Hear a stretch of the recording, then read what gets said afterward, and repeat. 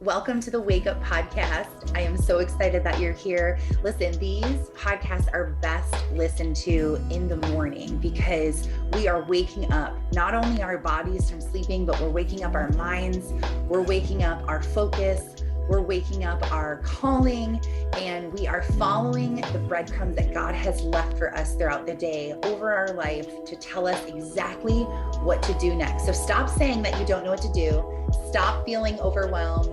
Stop living in the valley and start walking into your calling. People. But this morning, something happened and let me start back over. So yesterday I started thinking like, what are we going to talk about on Friday? That's usually like the day before I don't really overthink it too much. And I don't ever really plan anything. I just kind of ask that question, like throw it out to God, and I see if I hear something back. And if I don't hear something back, like this immediate, like, oh, say this, I'll be like, okay, I don't know yet. And then just kind of like release the thought and go about my day.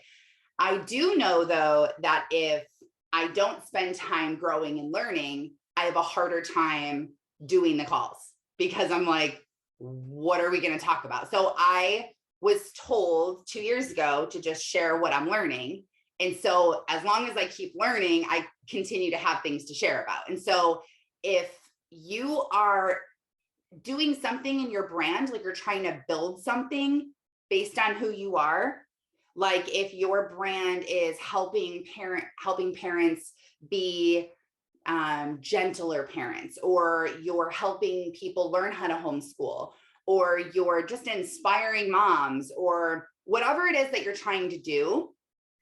Obviously, we all have a brand, whether we're showing up on Instagram and saying we have one. Our brand is really just our identity of who we are, what we care about, what we're passionate for, what we stand for.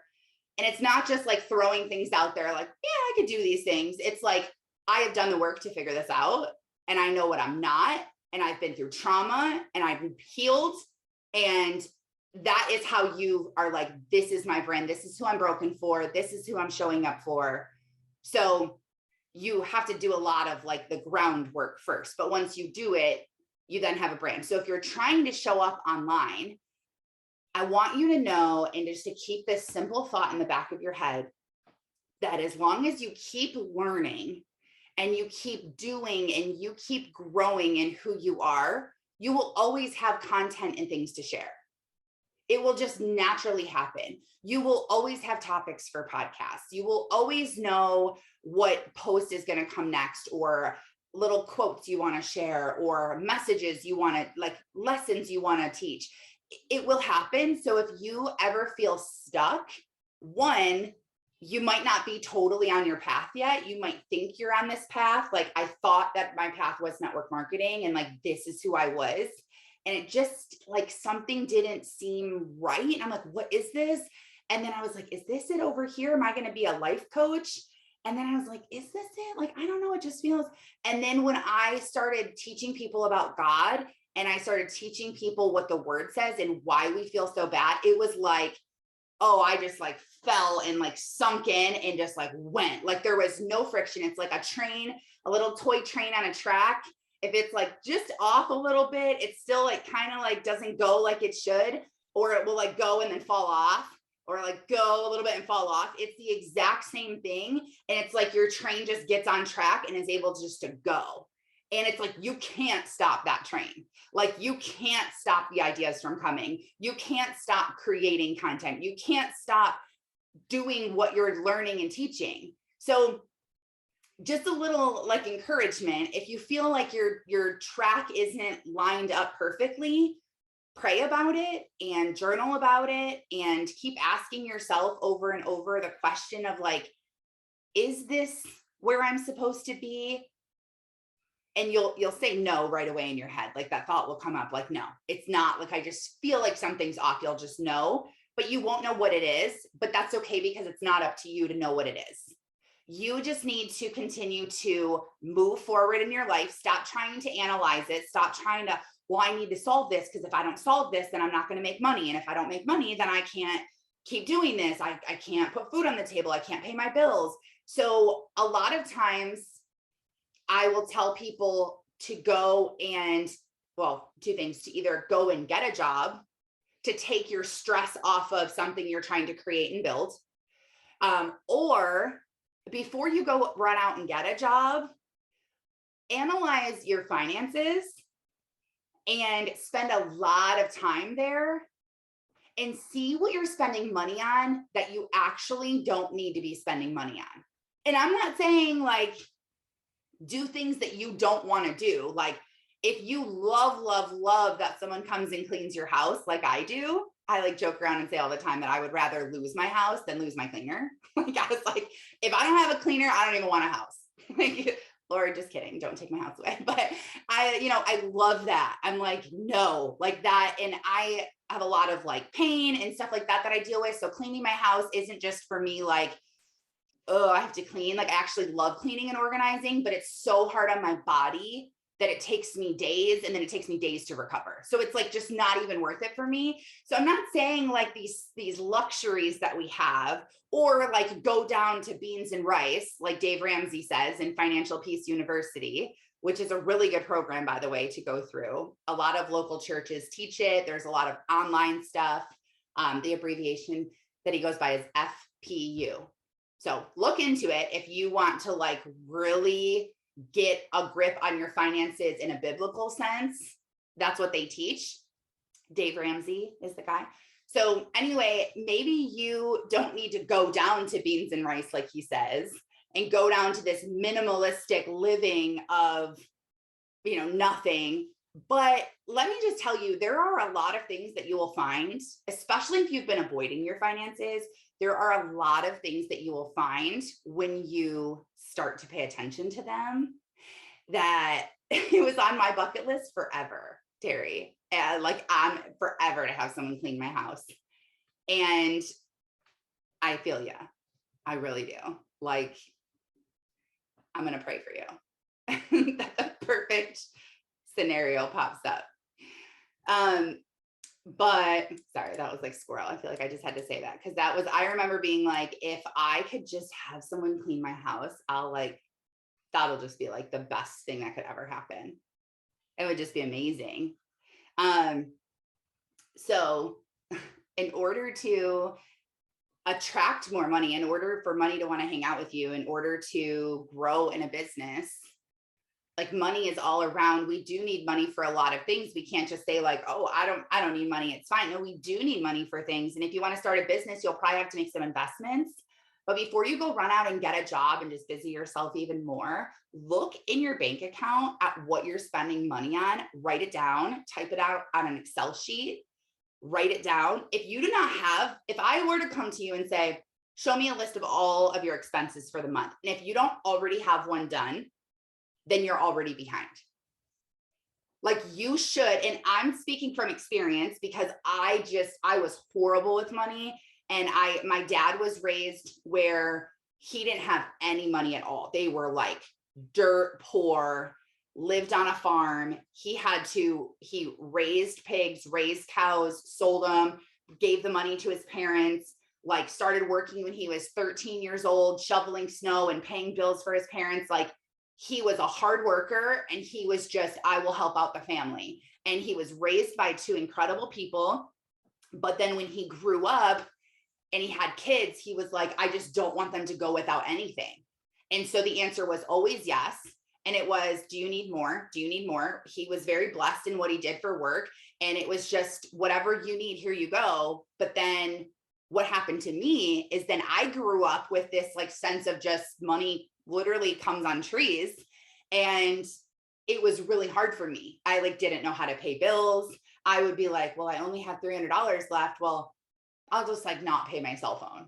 I'll just not pay my cell phone. Like they gave it like a month before they even turn it off. So like that'll buy me more time. And then I have this money and I can go out to eat this week. And I can like go to the bar and I can like, that was my set. So I would just like get a credit card, max it out. I'm like, I'll never have to pay that. Like all these, I had like no concept. So it really messed me up. So when I got married, my husband is very financially sound, bless his heart for dealing with me. But like, I wouldn't even talk about money. Like he'd be like, what'd you spend $37 at the gas station on? And he would be just asking. And I would be like, defense. Like, I don't know, like, why do you, like, I can't spend money at the gas station? Like, I would just get an attitude and he'd be like, okay, like, I guess so he just started tiptoeing around it because he didn't want to start a huge fight with me.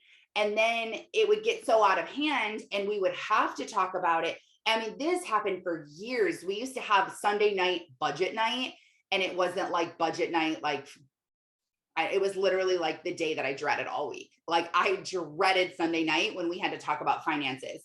I hid from it. And then once I finally started looking at what we were spending money on, not we, me, what I was spending money on and where I could cut back, I couldn't even believe the amount of money that we were just blowing on things that like didn't even matter. It wasn't like my dream house cleaner. It was like $8 here, $11 here, $7 here, $14 here, $31 here. Like all of these places like Target, Starbucks, McDonald's, Kroger, like just all these random things, Amazon, you know, and he's like, what, there's 13 charges for Amazon on here in a row. Like, what did you buy? I'm like, well, we needed greens and Skylar needed her new vitamin and I'm trying out this new waist trainer. And he's like, well, I'm like, I need the waist trainer. Okay. I need to like shape my sides before the summer. Like, and like, so like, this is all the things that I'm doing. And it's like, I kept complaining, like, I don't have enough money to invest in my business that I'm trying to grow. I'm not making enough money in my business that I'm trying to get started, which is not even like to the step yet where I could receive money. Like, I'm like, I need money from this business. Like, perfect example right now. Like, I like know what I will do to get money, but I'm not at the point to receive money. Like, I know that I'm building this new course, but I can't be down on myself for not making money on this course when I'm not even selling it. It's not even being, so it's not even like up. The videos aren't recorded. I don't have it outlined. I like none of that stuff. So you can't beat yourself up. But you're thinking if I just had more money, it would be so much better. It has nothing to do with that. And if you can look at your finances and like put your pride aside and do this on your own, you can, not on your own, with God. You can't do it on your own, but you do it with God and you're like, okay, I'm ready. It's not like someone's forcing you to quit something. You're doing it because you're ready. Like I was a smoker when my husband met me. And he hated smokers. Like he was like, ew, like you smoke, but he still dated me. So I was like, I'm like, this is who I am. You're not going to change me. And so for years, he tried to get me to quit smoking and he would like throw my pack of cigarettes out the window. He would take it out of my hand and break it. He would, you know, all these things and would be like, ew, ew. I'm glad that there's other smokers here too. And if you still smoke, this isn't like hating on you. Like, you know, you do you, but I remember like he just so bad was like, quit. And I would try and fail and try and fail and try and fail. And then the one time that I wanted to quit, that I was like, I'm done. And it wasn't because I got pregnant, because like I did that too. Like I would get pregnant, quit smoking for 9 months, be like, never picking it back up. 3 months later, here I am like hitting someone's cigarette. Then I'm bumming full cigarettes. And then I'm bumming a couple of cigarettes. Now I'm buying a pack that I'm only smoking on the weekends. And now I'm smoking them all the time because I'm stressed out. And then here I am back to full blown smoking. Okay, this is like the pattern, right? Even if you're trying to like quit eating crappy food, you're like, okay, I'm not buying it anymore. We're only buying spinach, Brussels sprouts, red peppers. You know, I have like every single thing from my cart is from the produce section. Get home, I'm like, have all these intentions to do it. I like only have healthy food at home. So that's what I'm eating. But then I like go out to eat and I eat something bad. Or I stop at the gas station and pick up a snack. And now I'm purchasing and buying stuff in my own home. And now the majority of my cart is from the middle aisles of the store and not from around the outsides. And so you just slowly like go back into your routine. So if you're trying to save money, you're at first like, we're not spending any money on anything. And then you slowly start, oh, but look, this was on sale. And look, but Hobby Lobby like never has this on sale. And, but we needed this on Amazon. And then all of a sudden you're buying all the things that you don't need, bathing suits, and you're looking for dresses for your trip in August. And it's like, now you're just like going crazy. So this is like anything in our life. This is what we do. We're wired like this. This is the human design. This is how we are. We want to do better, but it's so dang hard to do. And so if you're reaching thinking money's going to fix this, money's going to fix this. If I had more money, I could buy more materials to do more videos so that my brand would grow. If I had more money, I could hire a babysitter so I could work more and I could put my course up. If I had more money, I could hire a publisher who would help me write my book. It's always like money is the key to whatever it is. But instead of thinking, okay, I need to get another job or I need more money, look and see where can I just cut? Because you will be blown away at the things that you're spending money on. In the book that I was reading, they have you take an inventory of like all of your stuff. That's why I said you should have an Excel sheet or you should have it written down like these are my monthly expenses. And to start, the easiest way to do this is to go into your bank account and go from the beginning of the month and start writing down every single transaction that came out of your bank. And you can make a side for bills. Bills for us also include like groceries and gas. Those are all like things to like live. Also, we put like money in our school lunch accounts. So that's like a bill. Like anything like that will go on the bill side. And then the other side is like every other thing that's on there. Like if I stop and get coffee, if we go to Target, if we take the kids to the movies, if we go up north, like all of those expenses are over here. What worked for us is we had to separate those accounts because what I was doing was spending, we had money in here for bills, but this is also the same card that I'm like, coffee, Target, new shoes, Amazon. So it would affect, and it would be like, well, it says there's $800 in there. Well, there's actually not because a $780 bill is about to clear. There's only 20 and now you just spent 60.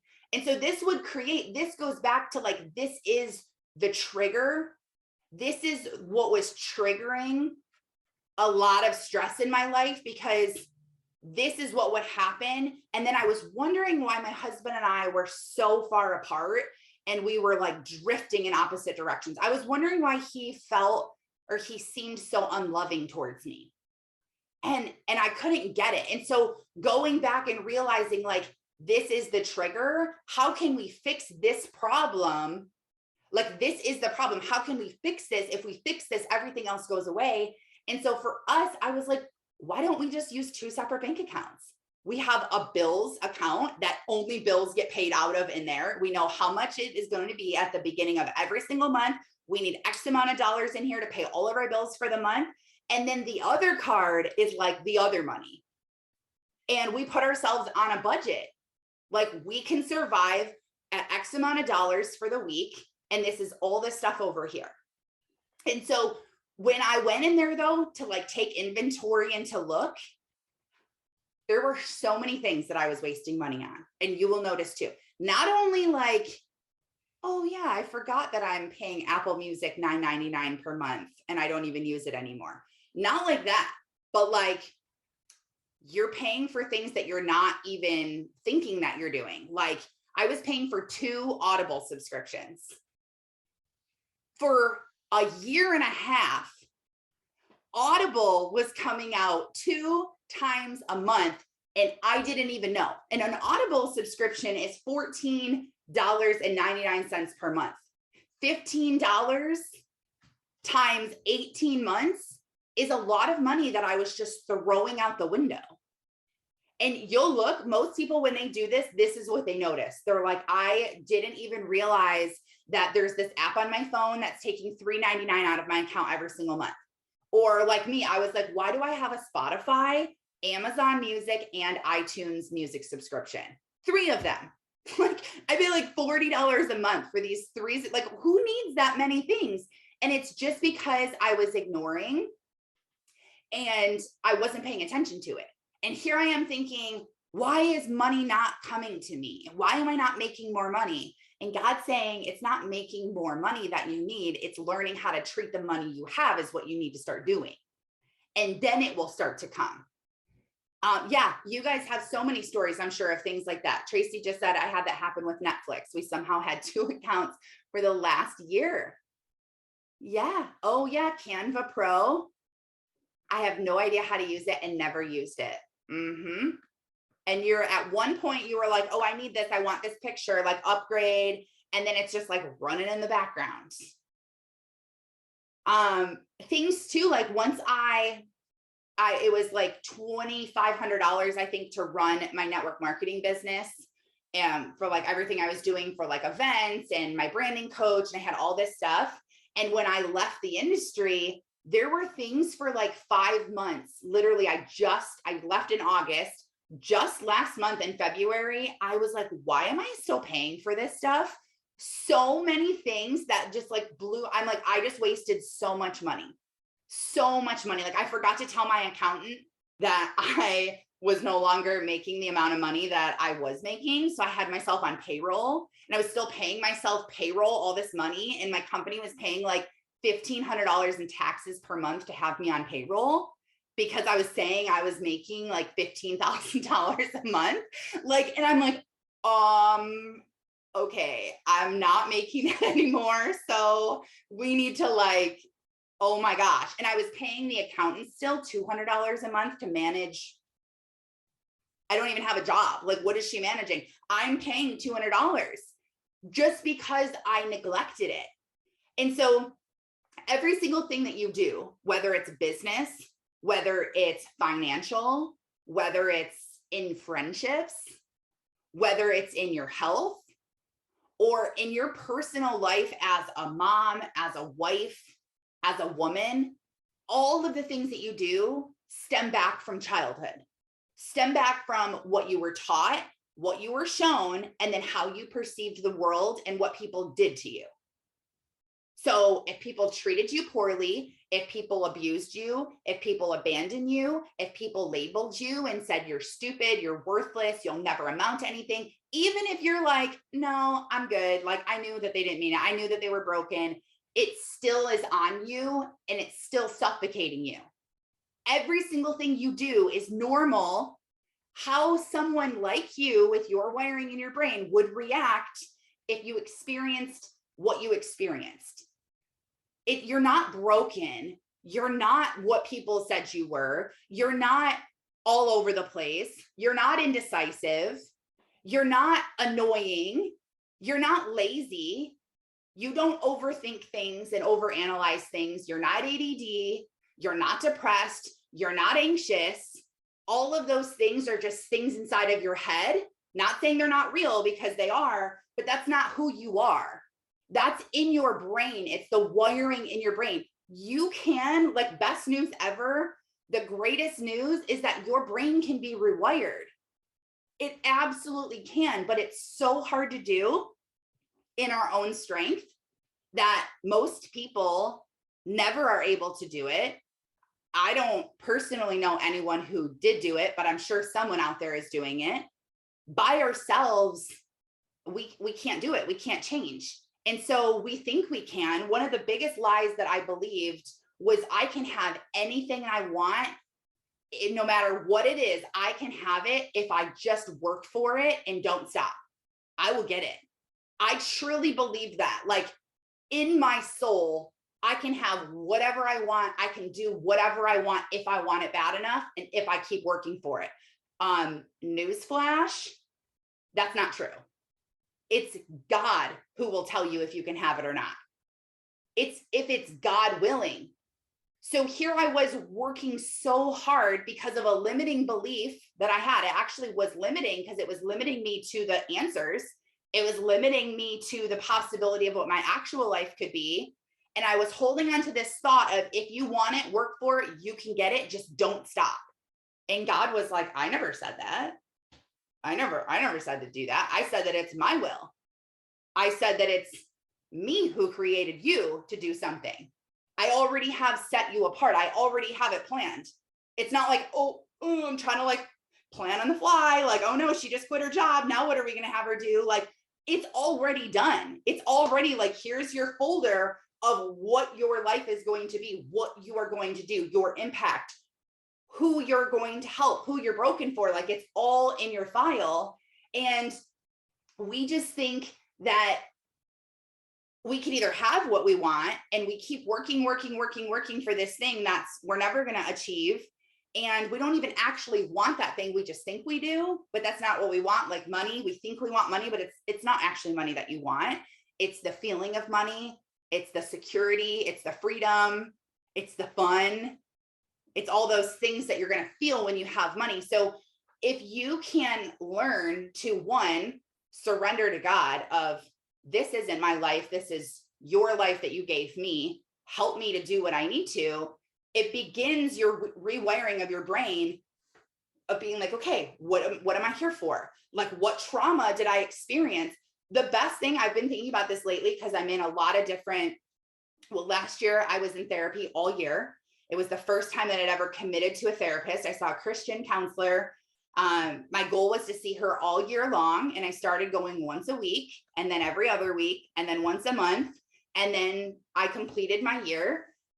And I learned so much about myself and uncovered so much trauma and abandonment, and a lot of the answers that I've been seeking for years of, why do I do this? Why do I push people away? Why do I lash out at my husband? Why am I bitter? And why do I have unforgiveness? And why do I have resentment and jealousy? The feelings that you have of what you are, if you're a jealous person, if you look at social media and you're jealous of people's lives, you're jealous of maybe the vacations they're on, or their family, or the way that they dance with their kids on social media, or the way they cook dinner, or whatever you're jealous of, the way they make their graphics or their clothes that they have, or if that's jealousy in you, that's because of something that's off that you've experienced. So if you can go do the groundwork for yourself, if you can go down, and it sucks and it's hard, it's like all of these things are underground and then you've buried them. So now what's going to happen? You're going to have to like dig them up. Like, you don't remember where they are. You're like, I don't even remember where I dug this. Like, I have no idea where to even find it. You are scared of it.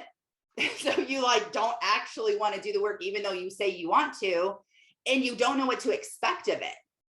You don't know what's going to happen when you dig it up. Is it still alive? Is it going to jump out? Is it going to attack me? Is it, and how you think of it is how your brain perceived it from when you were younger, or a previous you, which has faded with time. So you don't even really remember a lot of it. And so it feels like I don't even really remember, like it's not making a big deal in me. I don't even really remember it. Like it really wasn't that big of a deal. Like with my abandonment issues of my dad, I'm like, oh, well, who cares? Like ended up being raised by great parents. Like I had a great dad who loved me and was there for me. And I mean, whatever, I was like 7, like, I don't remember, like, it's whatever, it's not a big deal. But when I started praying that God would reveal to me in my heart the areas that I needed to work on, I just kept having this thought of my biological father. And I'm like, what is this? Like, who cares? Like, who cares? I don't need him. Like, I have a dad, I have a mom. Like, I don't need that. But I just knew I had this like longing where I just couldn't ignore it. I couldn't ignore it. And I knew that it was there. And so God will reveal himself like that. Like Becca just said on here, I took a long social media break for 3 months because I kept feeling the icky, envy, annoying things I kept seeing. So that was great that you felt that emotion that you felt. Like we said, the jealousy or anything like that, it's like a red flag, like something is off. And so now I'm back on and I can limit myself and become aware of the red flag. You said red flag. That's funny. I didn't even see that the first time. You can become aware of the red flags, when to hop off. And whoever needs to hear this, I have unfollow days. And I do them like, I try to do them like, at first I was doing it like maybe once or twice a week. And then now it's hard to say. It's not as often because I do them so much. And I'm more like conscious of it. But when that like icky, like gross feeling in social media starts to come up, I just take a few minutes, sometimes 30 minutes, sometimes an hour. Sometimes I'll like really get carried away. And I just unfollow people that I don't like the vibe I get when I look at them. Like literally, you are allowed to do that. And I'm not saying like it has to do, like if they're pretty, I'll keep following them. It has nothing to do with their looks. It has to do with like the vibe, like everything. There are some people that have a great message that I know are probably changing the world, that are so sweet, Christian women talking about God, that when I look at their stuff, I don't like how I feel when I look at it. So I decide to unfollow them. You get to do this.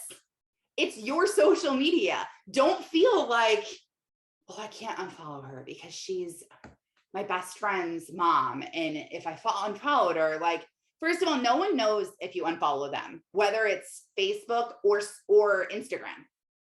Like nobody, well, Instagram, I guess we'll know if you unfollow them, but you can also hide them so you don't see their stuff on both platforms. And Facebook will not tell them if you unfollow them. You can still be their friend and just unfollow them. I don't care if it is your mother. I don't care if it's your brother, if it's your adult children. Unfollow if you have to. You absolutely can do that. If something is making you feel bad, do not look at it. If you feel like you look at someone, like there was this mom that I used to follow. She has 7 kids. She homeschools all of them. They have this huge, amazing RV, like tour bus. Okay. Like literally like a huge tour bus. And they travel all over the United States and homeschool their kids, like in real life. Like, this is the Grand Canyon. Here's everything. I like literally could cry looking at her stuff. Like, I like want this life. But what I find myself doing is I see her posts of her kids and what she's doing. And I feel this like jealousy, this almost like this judgment of her. Like, instead of being like, oh my gosh, I love you. I love following you. You're so inspiring. I get like bitter because I'm annoyed that I'm not doing that. And I just kind of like, and it's all my flesh, you know, obviously like our flesh is terrible. How we think and what we do is terrible. We're not supposed to live in the flesh. We're supposed to give it to God, and we can't do it in our own strength. Like, I can't stop judging people in my own strength. So I have to be like, Lord, help me. Like, make me see people through the eyes of you. Make me not be jealous. Make me like, you need to be constantly focused on that. But seeing her stuff just had this feeling in me, this like nasty feeling where I'm like, where it almost was like she was like portraying this like perfect life of just look how perfect everything is, look how great everything is. And then like when my kids would, I'm thinking, we have a camper. Okay, it's not anywhere near a tour bus. And we have 4 kids and we're in this camper for a weekend and like everybody's fighting. Everyone's like fighting. They're like irritated with me. I'm like, this was literally supposed to be a family camping trip. Like, this sucks. I can't wait to come home. Like, everyone's just fighting. Like this is so great. Or, you know, I won't let my sons like ride by themselves, like up to the camp store, and they're mad at me because everyone else is riding. And now I'm a mean mom, and now I have mom guilt and I feel bad. And, you know, like all these things. And I'm thinking like, really, like, you're not going to show any of that. You're not going to show your kids fighting. Oh, so they don't fight. Like, your life is just so great with your 7 kids and you homeschool and have so much patience and it's so great all the time. Like, and I'm like, oh, like, and then I finally was like, unfollow her, Taryn. Like, why are you following her still? So it's not that you have to unfollow like people that you're against. Just unfollow people that pull out anything in you that you don't like. Like, you can do it. And then remember the red flags of, okay, if is this being pulled out of me? Why do I feel jealousy and bitterness towards this woman? What is it? And I can't answer that question in my head when I ask myself things like that. I ask questions a lot like that. Like, why am I reacting this way? Why do I feel jealous? But if I write it down in my journal and I'll write down, why am I jealous of this girl on Instagram? God will give me the answer, and I can write it down below it. Like, it's my own voice inside my head, but it's not my own thought. And I ask the question, and then like the thought comes in like immediately, like why I'm jealous. And you have to dig deep. You have to uncover these skeletons that you've buried, because if you don't, you're going to constantly be wondering where they are they going to hurt me? Is this fear? What if this? And you're never going to overcome it where you no longer believe these things. So to your core, deep down, you still have insecurities. You still have trauma. And the way that you're reacting in your life right now, trying to build something, trying to define your calling, stepping into ministry, stepping out of business, stepping out of a job, stepping out of a relationship, like you're going to need to have a clear head. You're going to need a clean slate. And that's why we give all of our problems to God. And I've been hearing so many people's stories lately where I send all of my new followers a message and kind of just tell them like what I'm about and ask them to hear about their story. And so many people have the exact same story of it got too hard. There was too much to bear. I couldn't do it anymore. I fell flat on my face, rock bottom, gave up and said, God, take it. I can't do this anymore. Had an experience with God. And from that moment, everything changed. Like I even thought about creating a highlight where I put everyone's stories in there and just like block out their name, because the last one I got, I actually made an album in my phone. I'm like, I'm going to do this right now. And I made an album. I took a screenshot, I cropped it, I put it in an album in my phone called Testimonies, because every time I get a message, I'm going to start creating this album and I'm going to turn it into a highlight, because so many people need to see this is the way it goes. Like you can't be like, oh, the things are amazing if you don't surrender, or if you don't get to a point where you have to surrender. Like in my new life class that I'm enrolled in with my church, the book that we're on right now is called Groundwork. And I just finished the last day today. And that now we start the next book on Monday. And it's a 12-step program. You begin the steps of recovery. And in the book, there was one day this week that was called Desperation, the beauty of desperation, and how there is so much beauty in that. There's beauty in the breakdown. Old, is that like a My Chemical Romance song? For some reason, Tracy, I feel like you might have listened to music like that. Did you? You did? Good. I kind of just like felt that vibe from you. But beauty in the breakdown, I don't know, like whoever said that. But maybe it was Blink-182 or something. But it's so true. Like you have to break down. You have to hit the bottom. You have to just say like, I'm done. And that doesn't mean like lose your house, get divorced, become a drug addict. Like you'd be surprised at the small amounts of things that are happening that cause you to break down. Overwhelm, burnout, stress, doubting yourself, insecurities, approval of others, being a perfectionist, a control freak, having too much pride, feeling like you're owed something, judging others. All of these things that we have in us, they just need to come out and realize that they're from something.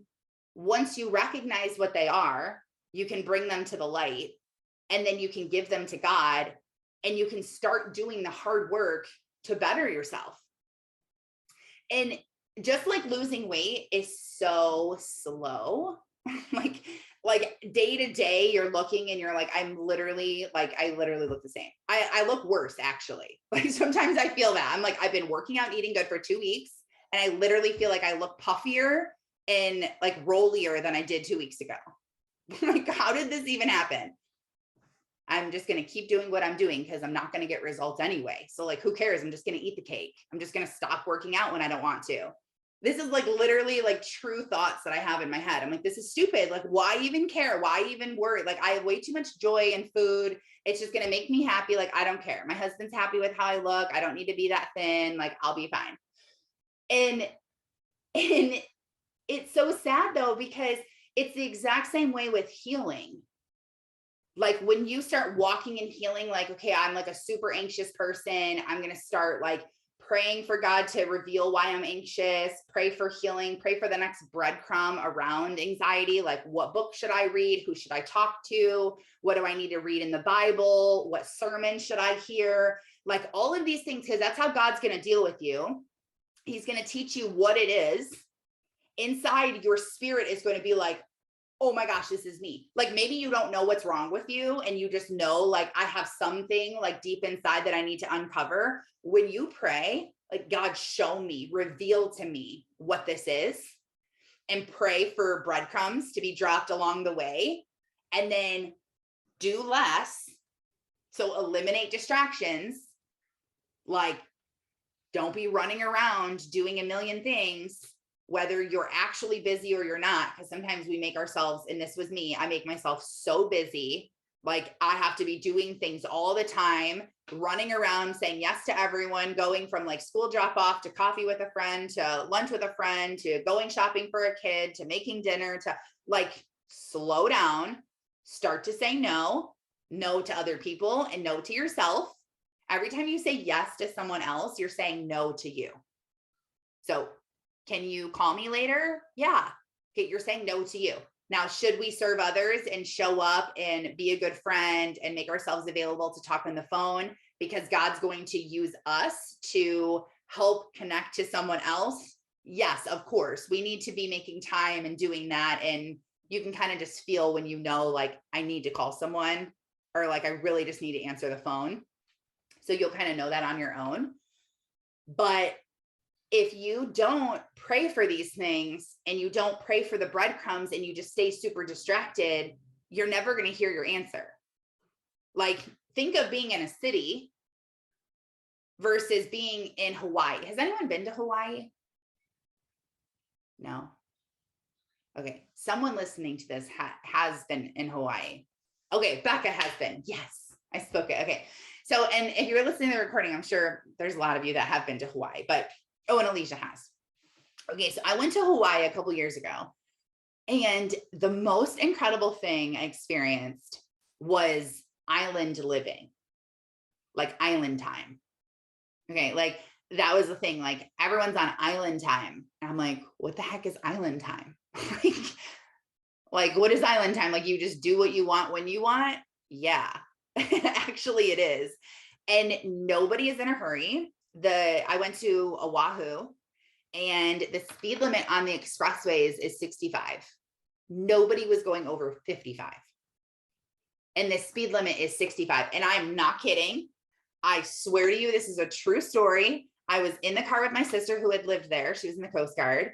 And I was driving the car, and I was like, oh my gosh, these people are going so slow. Like, get out of my way, dude. Like move. You're in the fast lane. Get out of the lane. You're in the HOV lane. Like you don't even have anyone in your car. Like move over.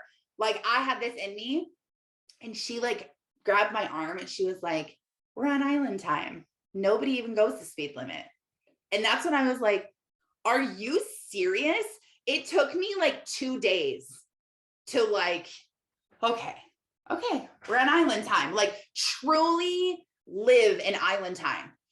And when I came home, it was the saddest, worst experience coming home from a vacation, because everyone here in my state, even though I live in the country, and Michigan is very, very like woodsy, and there's some cities, but mostly our state's very, landish. And I still came home and was like, what is going on? Like all of these people just had a different spirit.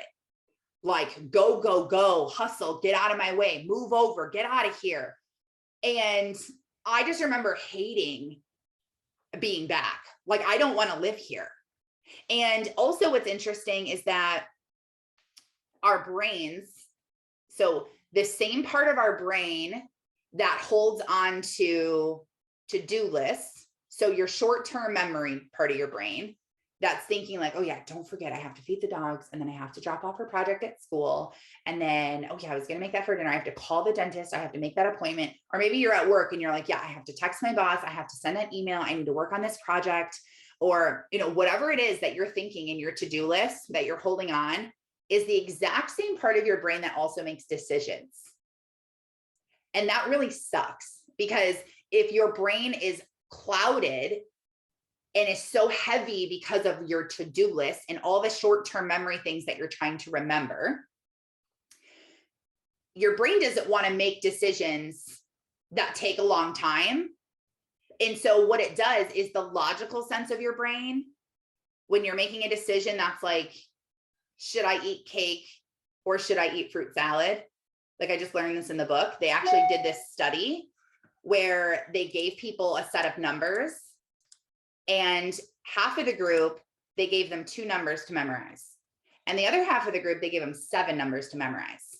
And they had to memorize them for a little bit. And then they had them walk into a room where they were going to have to write down the number that they had to memorize. And right before they walked into the room, they were given 2 options: chocolate cake or fruit salad. Everyone who had 2 numbers to remember chose fruit salad. And everyone who had 7 numbers to remember chose chocolate cake, because it's the same part of your brain that's like trying to remember. And so when it's like, oh, what do you want? The logical part of your brain that's like, I'm going to pick the fruit salad, like that's better for me. It doesn't have time to even make that decision, because you need to make a decision faster. So you're like, chocolate cake, let's go. And numbers, I need to remember 3, 5, 7, and you don't even think. So it's directly connected where people live. In Hawaii, like there is just not food like there is in Michigan.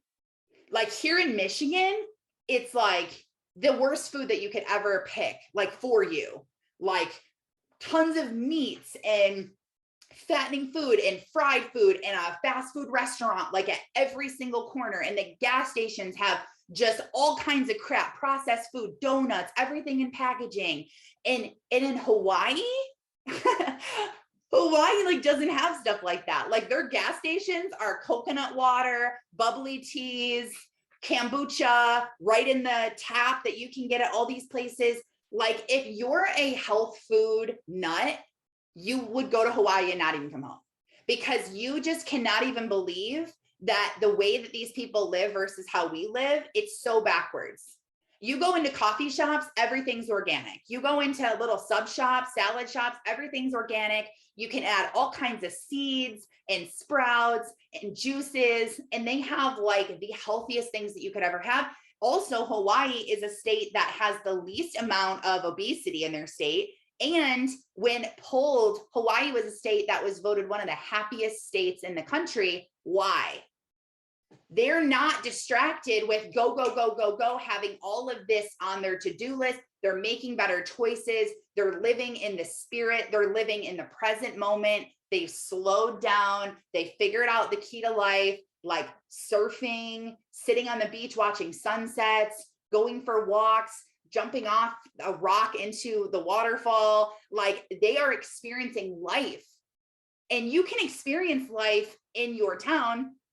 I can choose to experience life in Michigan because I can talk about all the crappiest things about this state, but I can also tell you about the amazing things that I've been able to figure out that this state has since I stopped living in that like angry spirit, like road rage and being irritated with people. And I realized that when I drive, I have this like nasty energy in me.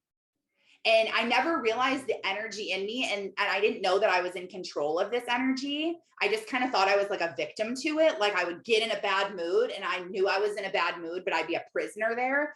And now I've learned how to get out of those energetic states. Like I need to remove myself from other people and like neutralize. Like, okay, I need to like be in my room by myself for a minute, or I need to leave the house and change my energy. I need to choose less things that make my energy bad. Like if I drink alcohol the next day, I have this like anxious feeling in me, this like irritability. And I know that it's from drinking because I've learned that over time. So if I choose to drink less, then I'll have less experiences of that energy. Same thing with like overspending. If I'm spending a bunch of money, I then have this like buyer's remorse feeling, this like lack of control. Like I shouldn't have done that. Oh my gosh, no, what did I do? And so I'm like, well, if I just spend less money like that, make less emotional purchases. And I have a 24-hour rule now where if I really, really, really, really, really, really, really want something, I do not buy it until I wait 24 hours. Like I'm at the mall, I see something I have to have. I'm like, no, I'm not buying it. 24-hour rule, Taryn. If you want it, you can come back tomorrow. Like you're not doing it right now. And so I've had to learn that over time. But one of the things that I realized when I checked my energy and I changed it when I quit working in August is really when I was like, I'm going to focus on my energy, is driving was a huge thing for me where I feel like so rushed. And I also used to be a person that was late to everything. I was always late. I was late on calls. I was late to appointments. I was late to school. I was late to my mom's house. I was late to anything. It doesn't matter. I was late. I was at least 5 minutes late, sometimes 10, sometimes 15. And then what caused me to, when I was late, then I was driving like so crazy and like, get out of my way, move, like, gosh, stupid, like go. Just because I'm a Christian doesn't mean that I am like this loving, sweet soul of a person all the time. I am human. I am flesh. I get an attitude at the grocery store when the line is long and the cashier is slow. And I'm like, listen, this is why we don't come here. Okay. I'll like tell my kids that like loud enough for people to hear me. That's embarrassing that I act like that. What? Daddy just pulled in the driveway. Yeah. Yeah, he has a key. Okay, go ahead. But like, that's embarrassing. I'm not proud of that. That is something I need help with. That is something I need to change. That is something I need to work on. So if I can recognize my energy and like, what am I thinking right now? What is my emotional state? How am I feeling? And how can I change this? Driving is just a choice to be like, no. Even when I'm not in a rush, I'm driving like I'm in a rush. Like I always was a person who would speed. Everywhere I go, I would speed. And I just thought that that was in me, like a badge of honor. Like I was like, oh no, I always go fast. I'm always like going so fast and speeding. Like I'll get you there quick. Like, come on, let's go. I'll drive. And then I realized that I was like kind of embarrassed that I thought that that was cool, because me always being like a fast driver, the energy that it creates inside of me and then inside of my car of being like stressed out and like whipping in and out and being irritated with people, like get out of my way. I don't like that person that I am when I experience that inside of me. So the only thing it took for me to change was to recognize I feel like that every time I get in the car and decide that we're leaving 10 minutes early. So if we need to leave at 1:30, we're leaving at 1:20. And I set an alarm in my house. So it goes off on Alexa at 1:20. And then I'm like, let's get in the car, let's go. And then we end up being a little bit early. And then I choose to release that energy that I feel when I'm driving. Like no, we're not in a hurry. I don't care. I'll drive in the middle lane. I'll drive in the slow lane. Like we're not in a hurry. And I'll just try to list gratitudes as I drive and see people and pray for them. Like see a homeless person outside and I'll be like, Lord, pray for this man that he has somewhere to go tonight and someone helps him and gives him something that he needs. And I just try to like shift my focus to being present while I'm driving, present with my kids in the car too, of talking to them. And then, all of that changes. But yes, Tracy. I just wanted to say, like, I had to learn the same thing. So with my daughter, I was a different parent than I am with my son. Obviously, Liam having special needs, I've learned to do a lot of adapting. But like, that, come on, get your shoes on, let's go, get your coat on, like, blah, blah, blah, blah, and you're just like walking out the car, you're strapping them in because you're like, get in, quit, run, like sit down, all of the things. And you're like getting them in, and then you're driving and you're in a rush and you're in a hurry. Well, Liam doesn't, let me put my hand down. That's annoying. Liam doesn't, he doesn't adapt well to rushing. So I've had to learn to like pull it back, or else for him, when he starts having like an overwhelming like meltdown, it's kind of like a sensory overload of rush. It ruins the entire day. Like, so I have to pull back and be like, buddy, don't worry. Cause he'll be like, you're telling me too many things. I'm like, I asked you to get your shoes on and your coat. Like that's 2 things, and he's like, but I have to get this and this. I said, no, let's just do shoes and coat. And if he starts overwhelming, I have to back off and be like, we're not in a hurry. We're not rushing. Don't stress about it. And I've had to learn, and it's actually taught me what you're saying, to kind of just like set the timer to get out earlier, try to, figure things out the night before if I need to, because once he starts melting down on it, it becomes a whole entire like hour long thing. Mm-hmm. So I just, rushing is a huge thing. There was a mom at the school this morning And she didn't even wait in the drop off line. She like flew in through the parking lot the other way and like stopped and let her kid out and like had her cross where we all were, which you're like not supposed to do that.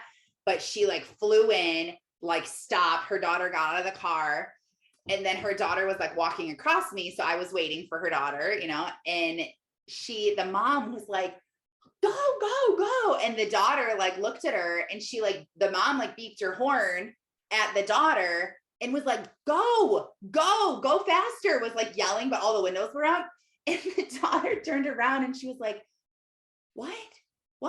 Like she wasn't hearing. And the mom was like, go, go. And the daughter, what? Like, so she was like, the mom was like so frustrated because the daughter wasn't like going fast enough so that I didn't have to wait. And like, you know, she was flying through. And I just started laughing because I was like, oh my, like I've been there. Like I get it. And I like waved at the mom and I was like, it's okay. It's okay. She's like, I'm so sorry. Like she just looked like just so like, oh my gosh. And then as I was pulling out, I was like, couldn't stop laughing because how that is so true as a parent, like, go, come on. And they like, are like, what? But I'm realizing that like that, the way that now that daughter started her day at school is all because they were rushed. Why were you rushed? I didn't wake up in time. Why didn't you wake up in time? I stayed up too late scrolling on Instagram. Why did you stay up too late scrolling on Instagram? Because I was obsessed with trying to grow my brand, because I wanted to make more money. Like you can go back and see like now we're rushed and my daughter is having a hard time at school and I made the energy in the car all crazy and we were yelling this morning, all because of something that I could have avoided. So really like going back and chipping it down is one of the best things I ever did, to be like, stop this anger. How do I have to stop it? Because really we just react. We're just bigger kids. We react to what happens around us. You know, everyone in the house starts yelling, you start yelling, you start getting mad. Like it is all the same. We are just big kids and we can learn to change it. And by us changing, we can teach our kids how to change it. But yeah, I could relate so much to her and just rushing. And now we're never late. Like I'm really not late anywhere, and I don't feel rushed and I don't feel late. And we don't have like the get out of the house hustle. Even if all 4 kids are here on a church morning, like we don't even hustle on the mornings for church. Church mornings used to be the worst. We would all be yelling, screaming, mad, get to church. And that was awful. And it was just a choice. So you have a lot more power than you even think that you do, like way more power than you think. But we'll have an amazing weekend. If you've been avoiding some energy leaks, maybe dive into those. If there's things that are bothering you that you need to get done. It's supposed to be really nice weather here in Michigan. So maybe if you're anywhere near me, the weather will be nice for you. Maybe, hopefully, and just get some stuff done. But we'll be back here on Monday to talk mindset. If anyone needs anything, let me know. I love you and I believe in all of you. Okay, bye. Thank you for listening and spending your morning with me. I pray that God blesses your day and that He helps you to see the calling that is on your life. Lord, help us to be obedient to what you've called us to do. Help us to walk in our day side by side with you and link with your power instead of trying to do it on our own. We know we cannot do this on our own, although we try. Please continue to help us and continue to lead us and guide us. We love you so much. In Jesus' holy name, amen. Have a blessed day. Thanks for being here. Oh, and don't forget to follow me on Instagram at Taryn Sarconi so that you can grow with me and you can learn how to get out of the valley, how to stay out of the valley, and exactly what to do to have the best life ever in 2022.